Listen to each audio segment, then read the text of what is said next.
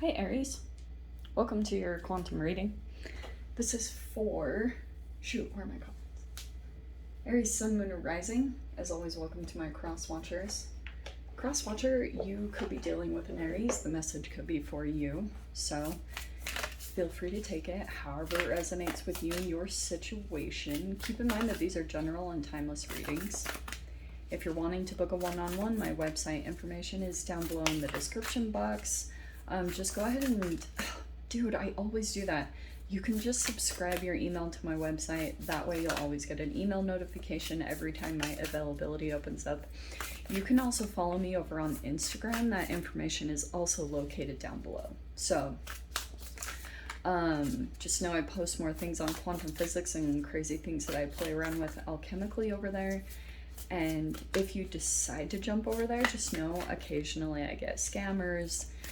If you get a follow request from an account posing to be me, just know you can always check back to the description box below for reference on all my social media links. I have nothing other than that. I will never DM you for personal readings, money, or donations of any kind. The only place you can access my services is through my website, and yeah, just report and block if anything like that pops up. And thank you guys so much for liking, subscribing. Thanks for all the ways you've supported the channel. Let's dive in. Look at that. Oh my gosh. Nice. You've got new emotions. Like this could be a new person. Nice. So maybe guys, that can be like an emotional rebirth, but this is also heightened intuition. So it looks like you, I don't know, maybe there's some of you guys, this could be a friendship or a partnership. There's a lot of a lot of feelings, new emotions that you could be feeling for someone. Oh, but keeping it hidden. Okay, there's the moon. How appropriate. Okay, so let's see. You guys could be dealing with a Pisces. We've got Gemini. Doesn't have to be, but those are the cards, okay? Yeah. There could be just some new feelings, or I don't know if you've met someone, or you're just feeling this about a strong person in your life, whoever that means.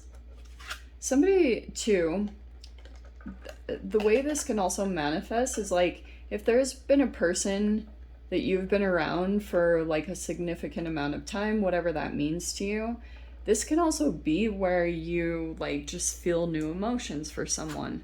Like for a while you had just seen them in a certain light and it was like, this is just who this person was, and now that is changing. Don't know. Let's see. Where are my cards? I keep doing this. Okay, where are you? There you are. Let's dive in. Some of you guys too, that could be an emotional expression. So someone might express themselves. The moon though is like, it's kind of a secret. So that's why I'm wondering if this is like a secret admirer, a crush. Either you're feeling it or somebody else is feeling this way about you. Okay.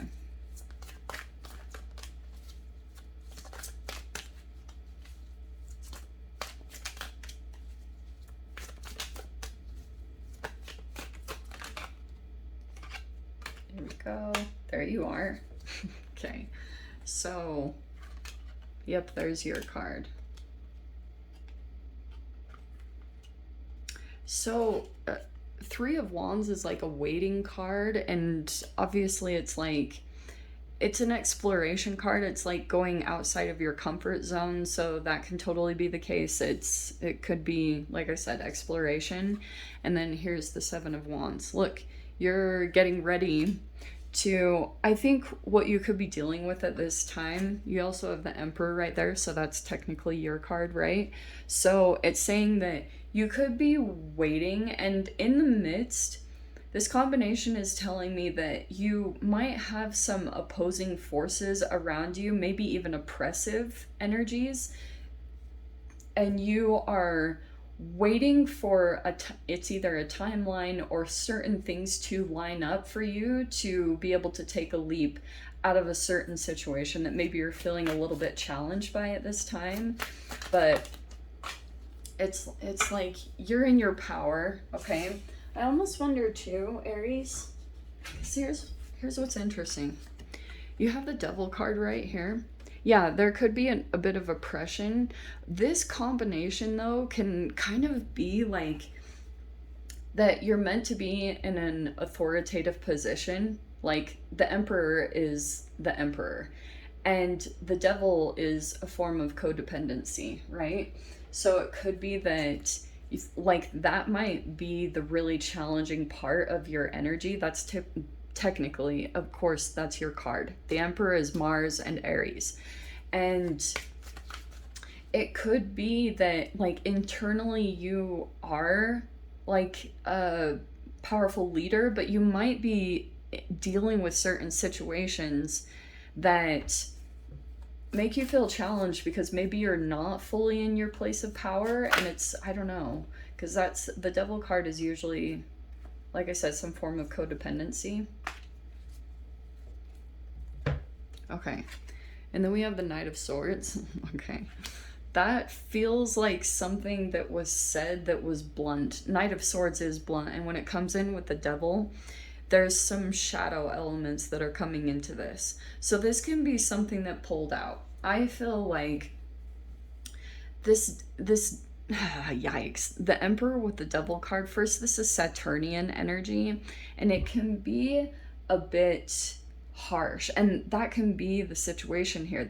There could be communications that are going on. I don't know if it's this actual person, but it feels like communications aren't very warm and fuzzy, even though that is what's going on here in some way, shape, or form, because we have the Three of Pentacles and the Four of Swords. Okay,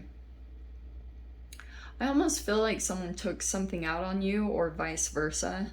Like there could just be a lot of like maybe some stress. You know, this oppressive energy can be a lot of opposing forces where, you know, like people aren't totally understanding what you're doing. It's opposing opinions, and you could be doing something, going on a particular path, and there's this struggle that you could be going with because like you're in a place of power. You could be a leader in some way, shape, or form, and it could be that you're paving some type of path for yourself, and there are energies that are coming at you that like maybe want to argue or oppose whatever you're doing or saying. Like they want to I don't know, there's struggles there against that. I wouldn't say that if that wasn't the Seven of Wands. So I'm getting here like a bit of your challenge here is to, it's almost like your shadow, this shadow can be stress too, where it could have been like all these opposing energies or these like opposing forces